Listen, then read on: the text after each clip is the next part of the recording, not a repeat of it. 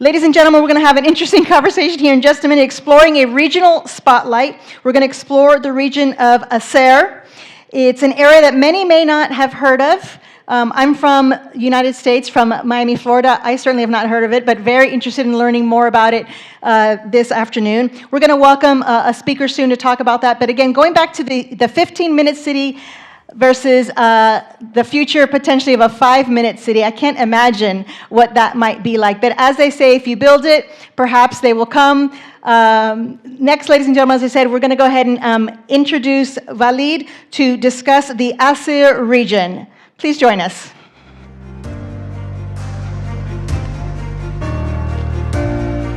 Good evening. Well, in Aseer, we don't need to build it, and then they will come because they're already there.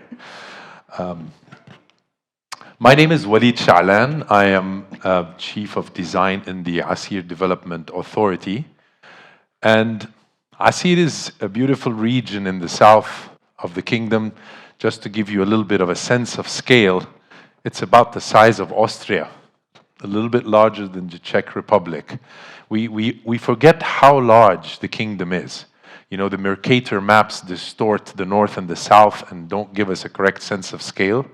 But the kingdom, double the size of Egypt, maybe as big as Spain, France, Germany, and Italy combined, 1/3 of the size of Australia. So when we're talking about Aseer, we're talking about a region that's the scale of a country. The population is 2 million, and the capital city is Abha, and there is a coast on the Red Sea for about 120 kilometers. If you look at Aseer's topography, it's very, very interesting because it really is a cross-section of everything the kingdom has to offer. You can see the Red Sea, where the elevation is at sea level, but then the topography ascends until you get to 3,000 meters above sea level. That's the highest peak in the kingdom. That variety in topography comes with variety in flora and fauna, with climate, and is part of the richness of what we get in Aseer. So you'll find that you've got the coastal area, you have the plains with some small peaks, the escarpments, and then a dramatic ascent, Sarawat Mountains, and then a gentle slope of the plateau to the desert. What the richness of the land has produced a richness in culture. Talking about architecture, you can see we mapped out different types of architectural typologies using different materials, etc. And that's, again, depending on where it's located. You could be in an area where you don't have a lot of stone, but you have a lot of rain, or in an area where the land is very steep and you have to terrace your fields, so the footprint of the building is very small. The kingdom has catalogued vernacular architecture to 19 different types across the kingdom. 6 of these are in Aseer alone. And you can see here a lot of richness in the heritage. So our 2 pillars in Aseer is nature and heritage. And from that came the strategy. We have an approved strategy for Aseer, which is really to transform the region into an all-year-round tourist destination, leveraging the climate and the mountains, and we aim to go up to 10 million visitors. And that, again, you will see through more infrastructure, airports, and better facilities. Also, Aseer is embarked on planning top-down and bottom-up. From the top, we have the regional plan, where we're looking at the entire region, and it cascades all the way down to the plot. Looking at the whole area and studying different benchmarks around the world, we've identified 4 regions, which we call the TDAs, or the tourist destination areas. And these are intended to give you a sample of different parts of Aseer, and in each one of the TDAs, we start to develop clusters. You have the TDA, the Blue Coast, where you have leveraged the Red Sea coast. You have the living legacy around the capital. It's more cultural, and then more nature in the Emerald Peaks. And then when you get to Bisha, it's where it's more desert. Zooming in on the living legacy cluster, TDA, we have different clusters. This, you can see here, Abha, which is the capital. We have the airport cluster, university cluster, Al Soda Peaks. And zooming in on Abha, we look at Abha and the airport, and we talk a bit about transport. The design of the airport in Abha was not just the design of a piece of transportation infrastructure, but it was a design of a gateway to the region.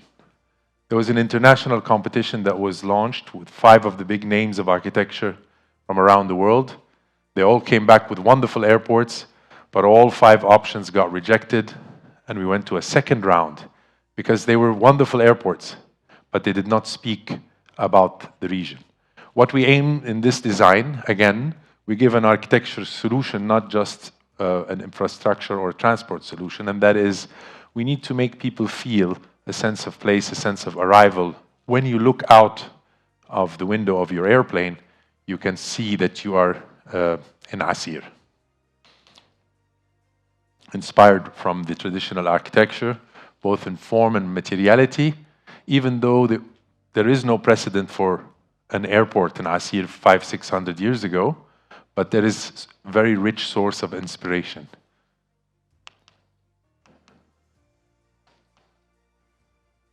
When you arrive, you don't have that mega scale of the big airport that's designed for the scale of airplanes, but you get more of a village that's the scale of human beings. You get the ability to flow out from being in the confinement of your claustrophobic flight and then go out into a garden where you can enjoy waiting for your luggage and enjoy the open spaces.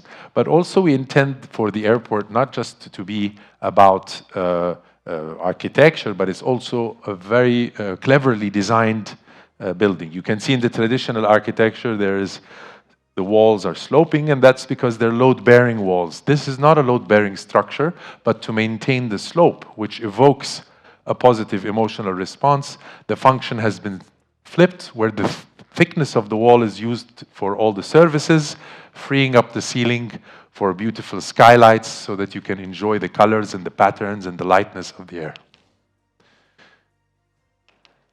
So that is the airport that was being designed before we even had the World Cup. So there is a layering.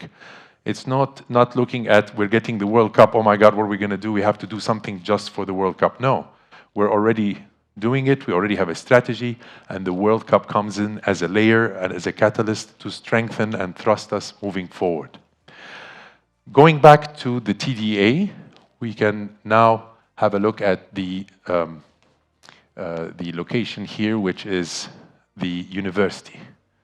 We have already a university in Aseer, and that was incomplete for a long time until recently. It has been completed, and it's one of the fastest growing universities in the kingdom.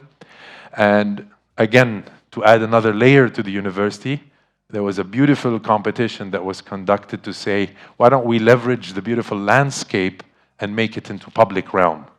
Competition was launched with 2 international firms, 2 regional, and a team of students from one of the universities along with their faculties.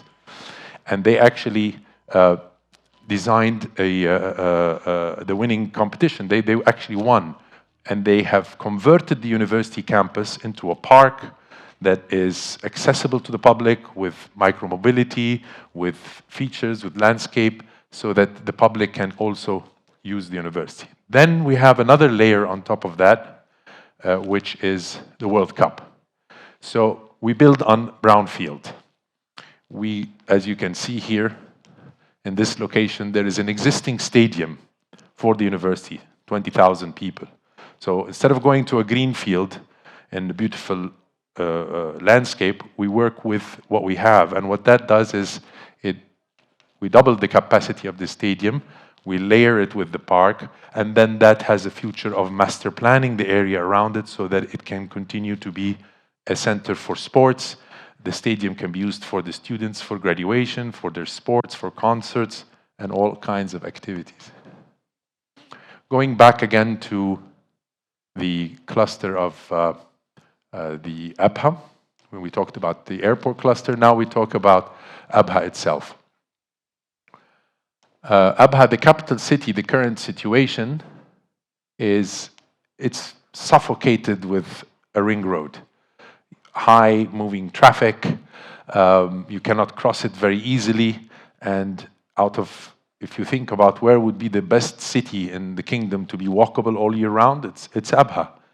The weather is beautiful, you have landscape, so we said, why don't we take advantage of this and say, convert it into a pedestrian city, to have it more accessible.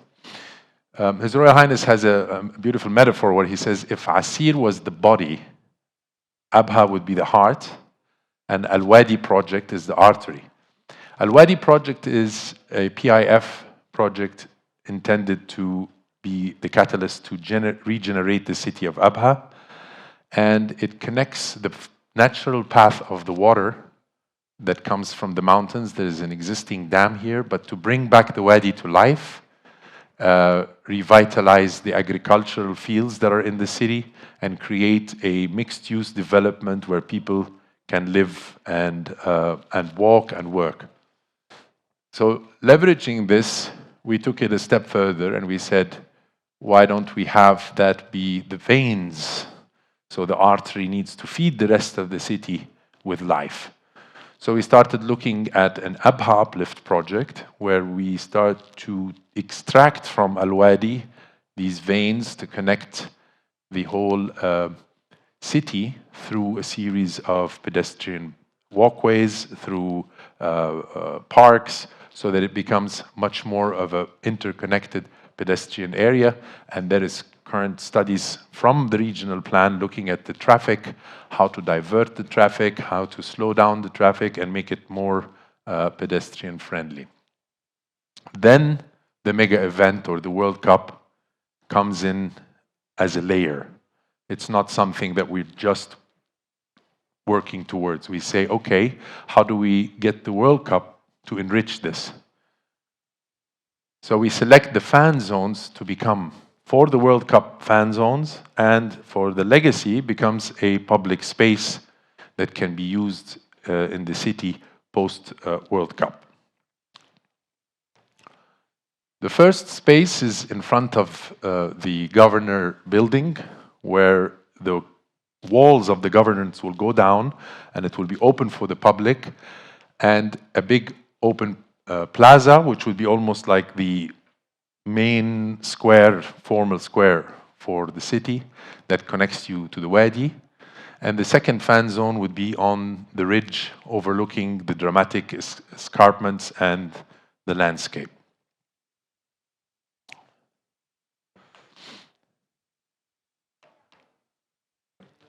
So one of the important things that we practice is really drawing the line where the concrete stops. And we work within that line and help preserve the beautiful, pristine nature that we have. We have the 60% of the forest in Saudi Arabia is in Aseer. We have more rainfall than the rest of the kingdom. So this natural asset is something that we really need to protect and preserve and work within the brownfield and within the existing condition of the city to improve the walkability, to improve the livability, and layer on top of it another layer for the city, and creating a better future that we don't need to think about the legacy because, as we said, we're already there. So thank you very much. And if you have any questions, Thank you very much, Waleed. We appreciate the opportunity to learn more about the region. I honestly didn't know that so much forest area was in that region, and really looking forward to visiting that beautiful airport one day, perhaps for the World Cup upcoming. We do appreciate your time. We are going to go right into a networking break, though we do have time. He will be available for questions afterward, but we do welcome you to come back in just a few minutes. Thank you. Thank you very much.